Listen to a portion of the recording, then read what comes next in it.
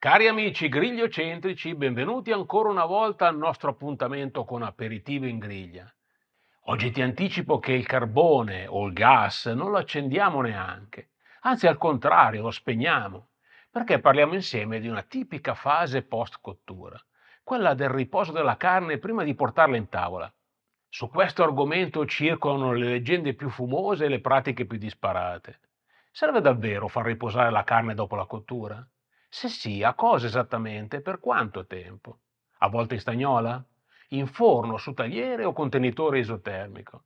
Che casino! Io sono Marco Agostini e durante l'aperitivo di oggi cercheremo di fare un po' di chiarezza.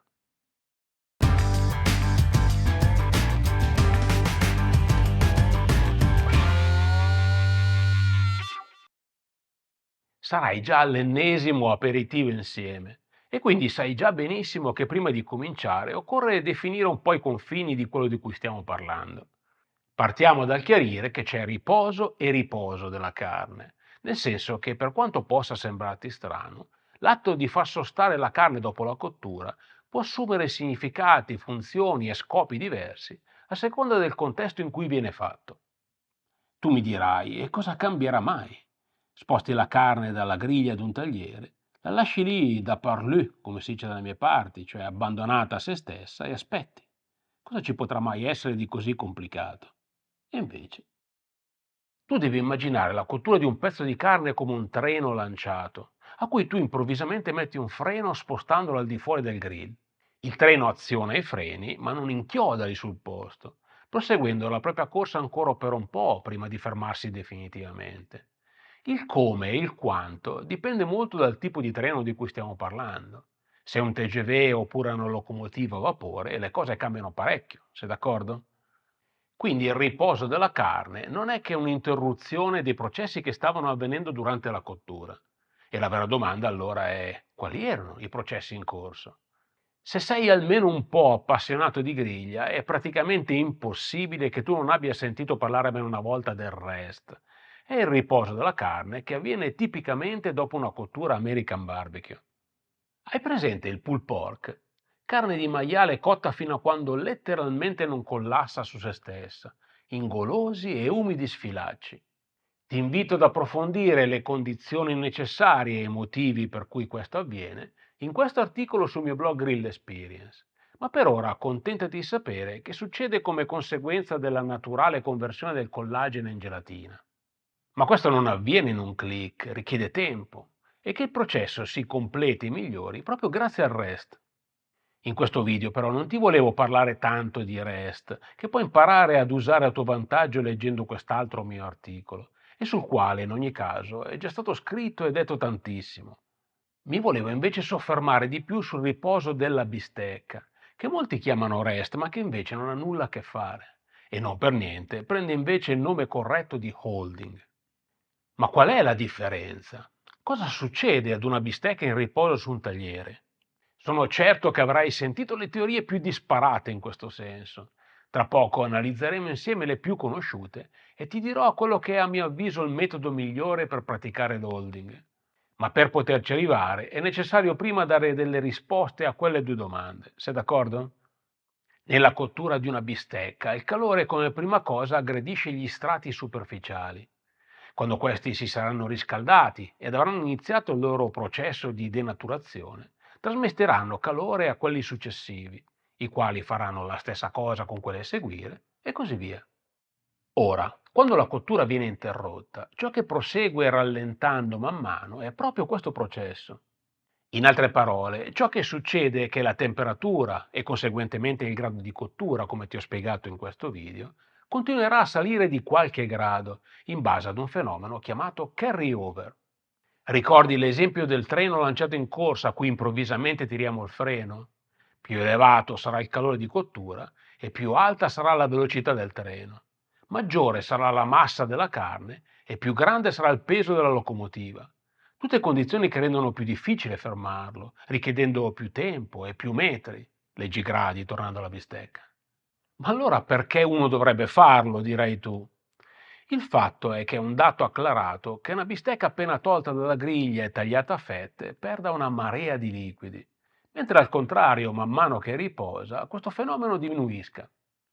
Sui motivi per cui questo avviene si è detto tutto e il contrario di tutto. Le teorie in campo sono due ed entrambe hanno una propria sensatezza, quantomeno sulla carta.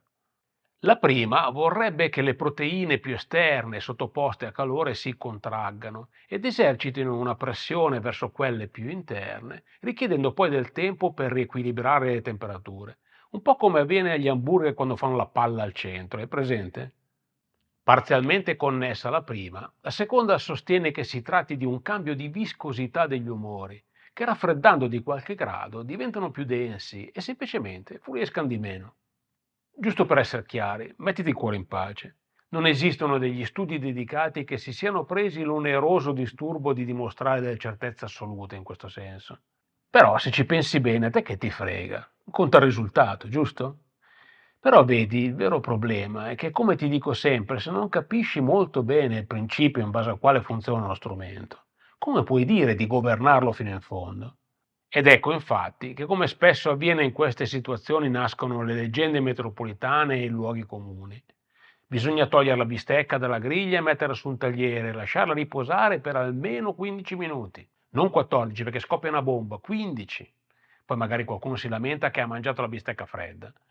Probabilmente però quella più famosa è l'avvolgere la bistecca nel foglio di stagnola. L'hai sentita? Io mi aspetto, giunti a questo punto, che tutta questa doverosa premessa ti sia stata utile per capire anche da solo che si tratti di un clamoroso controsenso. Il rischio di carry over, ossia che il grado di cottura voluto ci scappi di mano come conseguenza dell'aumento della temperatura al cuore, è un male necessario che diventa accettabile nella misura in cui ci guadagniamo in termini di succosità non sprecata. Ma se io avvolgo la bistecca in stagnola per consentirmi un holding più lungo ma senza perdere troppa temperatura, dove finisce tutto quel calore conservato? Ovviamente aumenta in maniera considerevole il carry-over, ossia esattamente ciò che dovrei cercare di evitare. È come se al nostro treno tagliassi una parte del sistema frenante. Sarebbe un po' stupido, no? Ma quindi quale potrebbe essere un metodo che salva capra e cavoli? Quanto dovrebbe sostare una bistecca prima di poterla tagliare e servire? Ora ti dico quello che a mio parere è il migliore in assoluto. Abbiamo detto che ciò che cerchiamo è un cambio di stato degli umori minimizzando il carry-over e la perdita di temperatura della carne. Ora, inserendo la sonda di un termometro nella carne o lasciandocela nel caso in cui questo sia stato utilizzato durante la cottura, abbiamo la possibilità di monitorare in maniera molto attenta proprio questo andamento. Cosa vedrai? Che appena messa la bistecca sul tagliere, la temperatura inizierà a guadagnare qualche grado, prima velocemente, poi rallentando e infine fermandosi. Non appena vedrai la curva invertirsi, ossia quando la bistecca per la prima volta perderà un grado anziché guadagnarlo, avrai ottenuto quello che ti serve, senza perdere tempo né calore residuo. Ricorda sempre che devi tenerne conto nella definizione della temperatura target relativa al tuo grado di cottura preferito, in particolar modo se ti piacciono le pezzature importanti e le temperature di esercizio elevate. Quindi niente più cartocci di stagnola, né bistecche fredde, né tantomeno fiumi di succhi lasciati sul tagliere. Siamo d'accordo?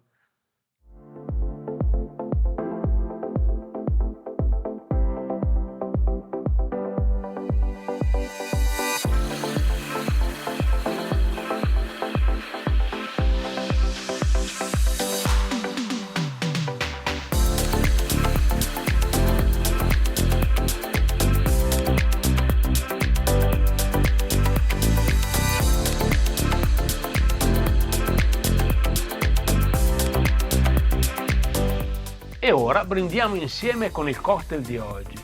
Ma prima, perché non ti iscrivi al canale facendomi sentire il tuo supporto? Ma soprattutto clicca su campanella, così ti avviserò al prossimo drink insieme.